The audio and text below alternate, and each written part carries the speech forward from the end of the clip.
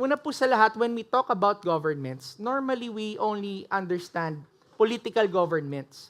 But in the Word of God, in the Bible, and historically, Christians understands the word government differently. Sa atin, when we talk about government, inisip natin, yung mga politiko. But in order for us to have a proper paradigm when it comes to government, let us first start with the concept that all things were created and sustained in the Word of God. We have to understand the sovereignty, that all of the power comes from God. Hebrews chapter 1 verse 3, the Son is the radiance of God's glory and the exact representation of His being, sustaining all things by His powerful word. After He had provided purification for sin, He sat down at the right hand of the majesty in heaven. It's a political position. Christ sitting at the right hand of the King.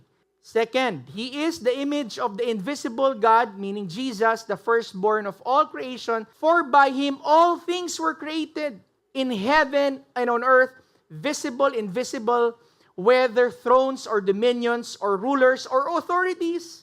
All things were created through Him and for Him, and He is before all things, and in Him all things hold together.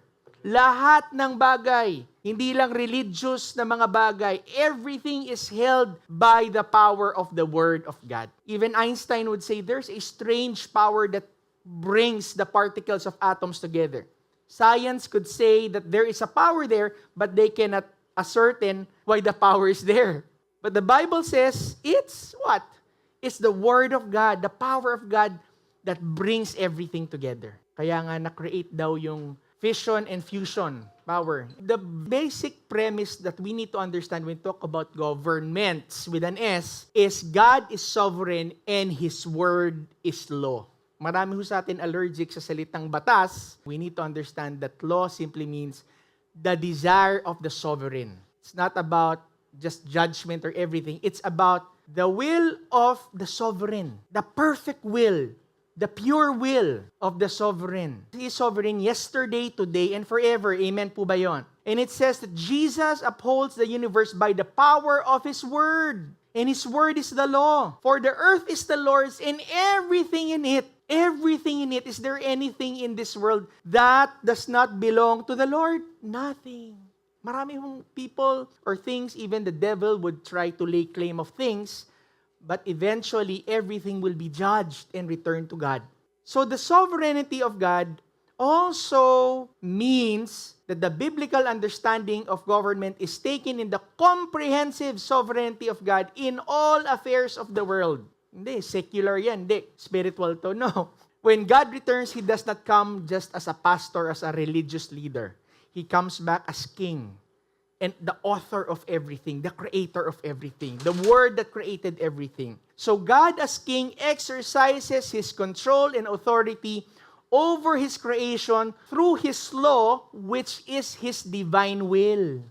Yung will ni Lord, meron siyang kalooban sa buhay natin. So His will now is spoken to us, which is His Word, and His Word never fails. It's sovereign. His law and His will brings order to all His creation, and His creation is protected and sustained by the will of God. And what is the will of God? It's the Word of God. The will of God is the Word of God, and the Word of the King is law. Huwag mo natin kakalimutan yan because, of course, we want to present the gospel about the grace of God, about the love of God, but we have to remember that God has a will. And the will of God is good. It's pure. But sin, nahihirapan ho tayo dahil sa kasalanan. But the foundational truth is this, no? God as King and Creator has a purpose and will for everything. His will is sovereign over everything. His will is released through His Word. Thus, His Word is sovereign. Whatever the sovereign Word of God says shall surely come to pass. The Word of the King is law, and His laws apply to everything under His rule. God's law word is His will, and it is perfect. God's love, grace, justice, wisdom, and power is seen in His Son, Yeshua, Christ Jesus, the living Word and the living law of God. Tama po ba yun? Is the statement correct? Yes. David said it over and over again. I love your words. I love your law. It's sweeter than honey.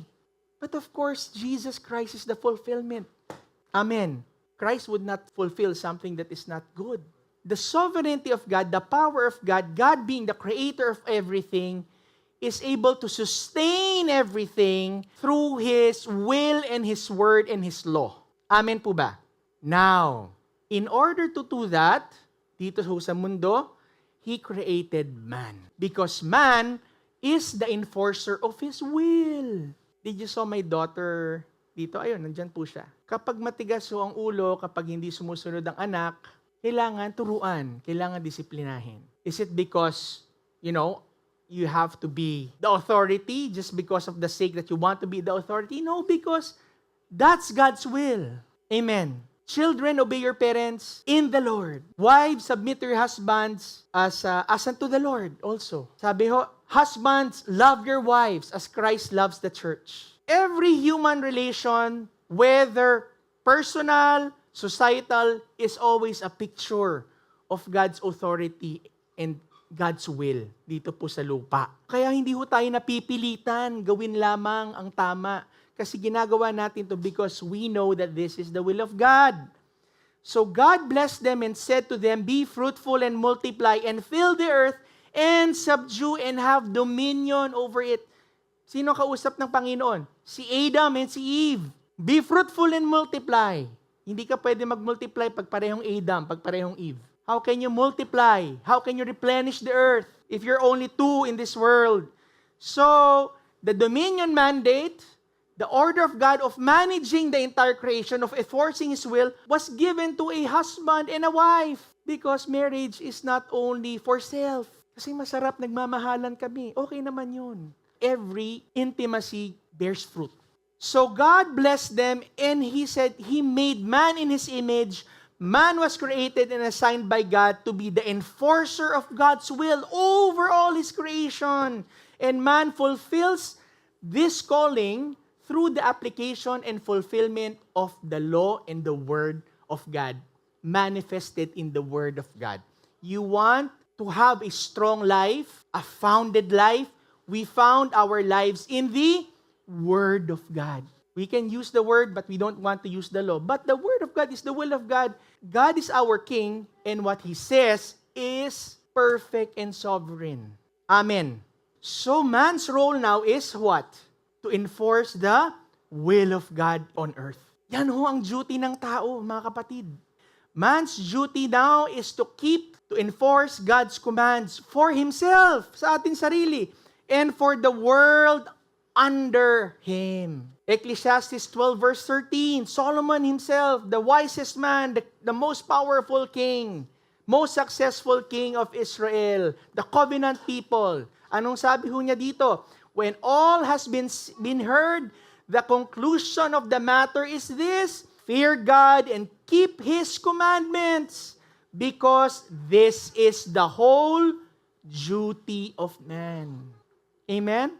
You see, the Word of God is not there to enslave us. The perfect law of God, lalo na the living Word of God, came to liberate us from the slavery of sin, so that we could love Him with all of our hearts, love His ways, love His laws, love His precepts. Para hindi ho tayo sa pilitan. Pupunta ka sa church, pupunta ka kung saan, pilitan. Magiging mabuti ka magulang, sa pilitan. Magiging tapat ka sa asawa mo, sa pilitan. Right? Because what happens is God writes His laws in our hearts. Jeremiah 32, linapalitan niya puso natin. Sabi sa Ezekiel 33, linalagay niya ang kanyang kalooban sa atin. So God did not remove the law, but He placed it in our hearts so that we would love His ways. So the greatest force, as Thomas Monson said, the greatest force in the world today is the power of God as it works through man. Amen. Sabi nga ni Reinhard Bonnke, I remember that the Word of God is as powerful in the mouth of God as it is in your mouth. When you speak the Word of God, when you live out the Word of God creates. What did God do when He created everything? He merely spoke His Word. And the Word had power to create because the will of God, the will of the King, has to happen. Ganun kasimple lang. Ang kalooban ng sovereign always needs to happen. It's not dependent upon any variables around. Hindi katulad natin, mangako tayo, hindi natin matupad. Why? Because nagkaroon ng strike. Pupunta ako dyan, pastor. Nagkaroon ng strike sorry, atid nila ako sa Zoom. But when God makes a promise, He releases His word, it is not incumbent or encumbered by any other variables. It has to happen at the right time, at the right thing, for the right person. Amen. So, since man's duty is what? To implement the will of God. Sa buhay niya, sa lahat ng kanyang sinasakupan. If we will not do that, life is meaningless. Amen. We can only find meaning in life when we do the will of God. Walang halaga, marami kang kita, marami kang posisyon, but you're not doing the will of God, you've missed the entire point of your existence. Therefore, because it's man's role to enforce and apply the word of God, because God is sovereign over all, God created institutions for the enforcement of His will. So, God is the God of everything, but in order for Him to sustain everything, He had to make His word, His will, apply to all of life. Amen? But He did not give it to one person or one institution. He divided it into several institutions with specific calling and ministries. The government institution of self, the institution of family, the institution of the church, not the body of Christ, but the church institution, and the institution of the civil government. So for man to ably enforce the law will of God over the entire creation, God created institutions and divided the task and responsibilities of governance between these institutions. O ikaw, ito ka ha. Ikaw, ito ka. Ito ka. So each institution having exact dimensions of their tasks and jurisdiction within which man is expected to fulfill his call of applying the law and the will of God within that specific sphere of creation.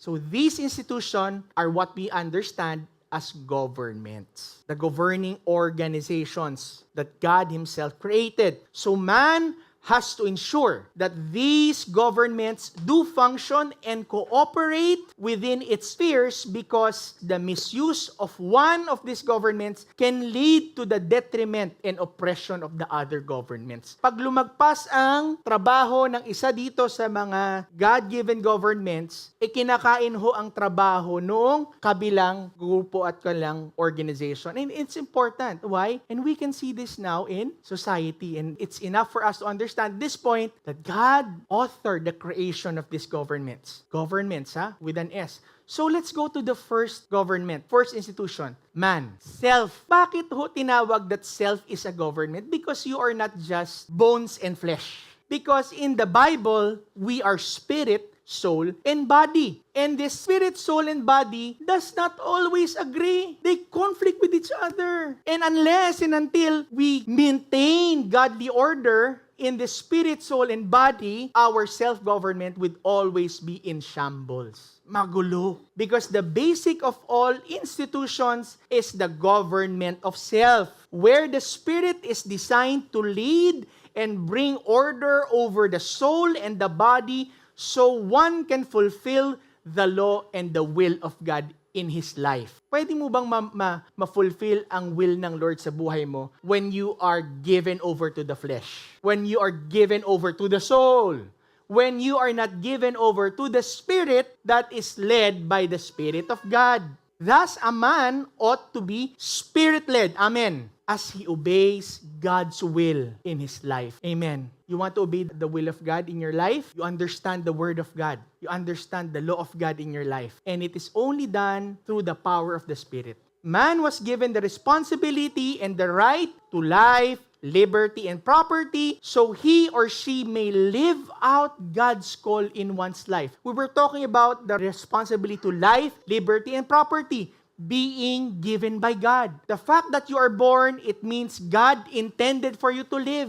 And because you are living and you were born, it means God has a purpose in your life. He must have a purpose in your life. Therefore, you must be free to follow the will of God in your life. So every person born needs to be free. He has the right to be free, but he also has the responsibility to use his freedom to pursue God's calling in his life. Yan ho pala yung perspective nila John Locke. And as you pursue God's purpose and calling in your life, ginagamit mo at pinangangalagaan mo ang lahat ng meron sa paligid mo, the things around you, and God begins to bless you. Maybe the land that you're tilling, pinapayabong ng Panginoon. At pag yumabong ho yan, nagkaroon ng puno, nagkaroon ng bunga, yun ho yung tinatawag ng lipunan na property. That's property rights. When your faculties and the giftings of God mixes around the world. So the world now recognizes, ay, diniligan niya, pinatubo ni Lord. So, pinatubo ni Lord, so, kasama niya si Lord. So, you protect property rights. So, when you are self-governed,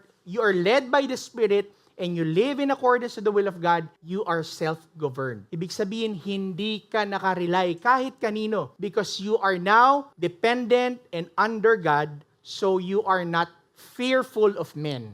God expects us to be independent from people. But in order for us to be independent from people, we need to be totally dependent on Him. That's the only way that we become independent. Self-government means we are governed by the Spirit of God. Next is the institutional governments of family, church, and civil governments. A self-governed and Spirit-led man is called to enforce God's law not only in himself, but now to the ordained institutions of society, of family, church, and civil government. Take note, God is the head of each governmental institution. Siya po ang head ng lahat ng mga institutions na yan because He is the creator of everything. Question, brothers and sisters, who will judge the nations in the last days when He comes back?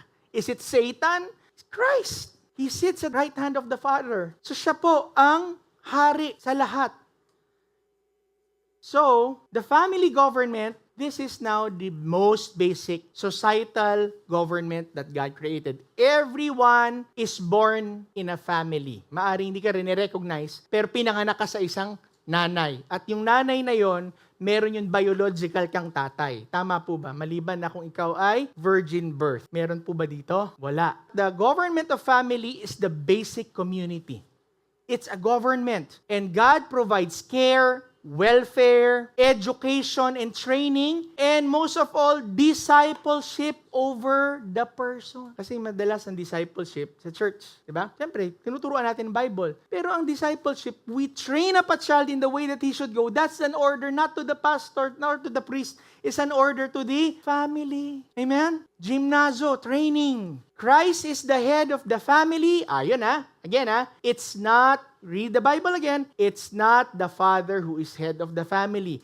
The husband is the head of the wife, as Christ is the head of the church. And the children are called to obey their parents and honor their parents, but it is Christ who owns the family. Because it shows that the institutions are always, Christ is always the head of the church, He's the head of the family, and He is the King of Kings and governor of the nations. Loving husband is the head of the wife, and the children is to obey and honor their parents. So the family's role, be fruitful and multiply. It's the family that multiplies. Subdue and rule over it. It's the family who takes care of the property. Provide for his own and to share with others' needs. Welfare is the family's role. Bago yan maging kriminal, magnanakaw sa lipunan, naging matigas na ulong bata muna yan sa loob ng family. To bring up a child in the discipline and instruction of the Lord. And in a big picture kind of way, to build and maintain a spiritual legacy of righteousness and justice. So if you are a parent, a mother, or a father, kailangan meron tayong pamantayan sa loob ho ng ating pamilya. Amen. His will and His law and His word, it's one. We need to implement and apply it in our family. not in a dictatorial way, the love of God. Second is the church government. This is the holder of the key of the kingdom because the revelation of Christ. Amen? Anong sabi? Upon this rock, Peter, I will build my church. The revelation of Christ, of who He is. That He is the living Word. That He is the Christ. He is the living law of God, the living Torah of God. And the church's role is to make known the wisdom and the oracles ng Panginoon, rightfully dividing the word of truth. Evangelism is not just evangelizing for church growth, but to declare and preach the whole gospel of God in Christ. So if you see our brothers and sisters being invited in Congress to talk about what the Bible says about gender and sexuality, it's the role of the church to talk about these things. It's not a violation of the separation of church and state because that is the role of a minister of the gospel. Be ready in and out of season.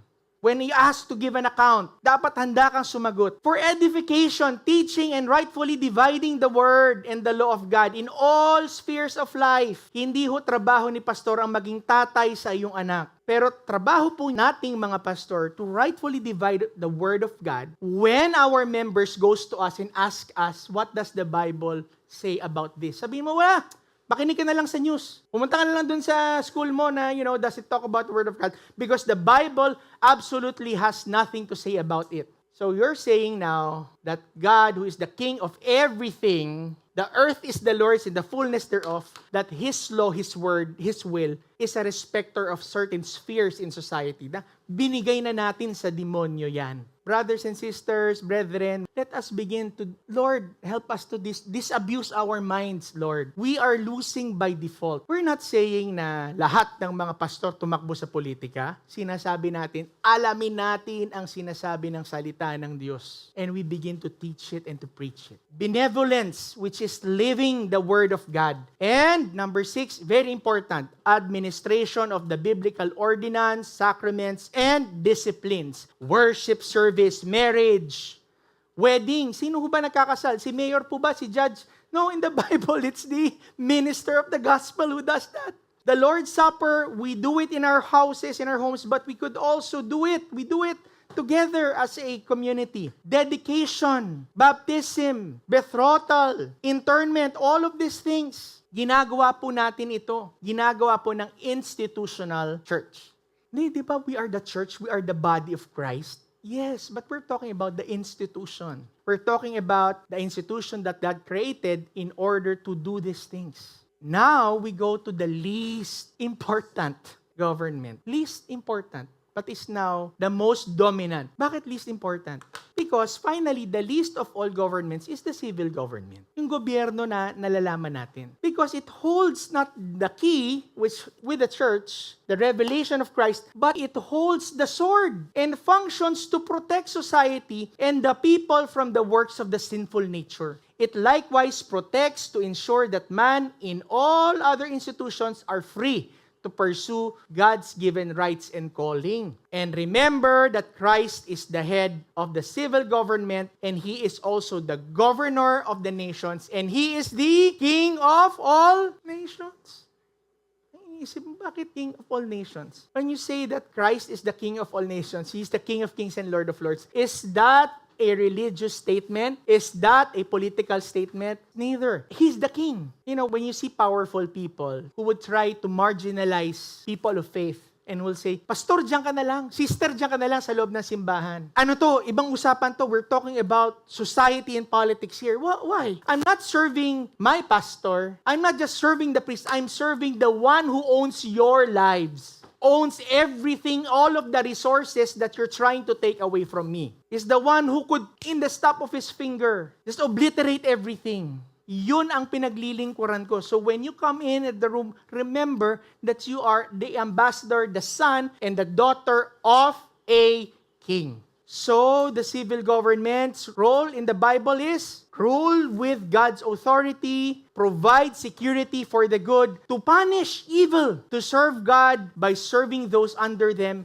and the big picture kind of way, carry out God's providential plans. What does it mean? Justice and righteousness. So, all these governments, self, family, church, and civil, are ministries unto God, and those who serve within them are considered ministers of God. Remember that the goal of each institution is the implementation and enforcement of the will of God in their respective spheres as manifested in His law word. Without God's will and law word implemented through these governments, God's creation cannot be sustained and protected. We have to put it in our hearts and in our minds. Maliban na ang kalooban ng Diyos ang mangyari sa buhay natin, sa buhay ng ating bayan, wala po tayong kalaban-laban. It's a zero-sum situation when it comes to God. It's either you're in His will, or you're out of His will. Amen? You're pursuing Him or you're not pursuing Him. You know, I'm kind of pursuing God. I'm kind of obeying God. If you're kind of obeying God, then you're not obeying Him. He doesn't want to be part of our lives. He wants all of it. In the same way, we are called to disciple the nations.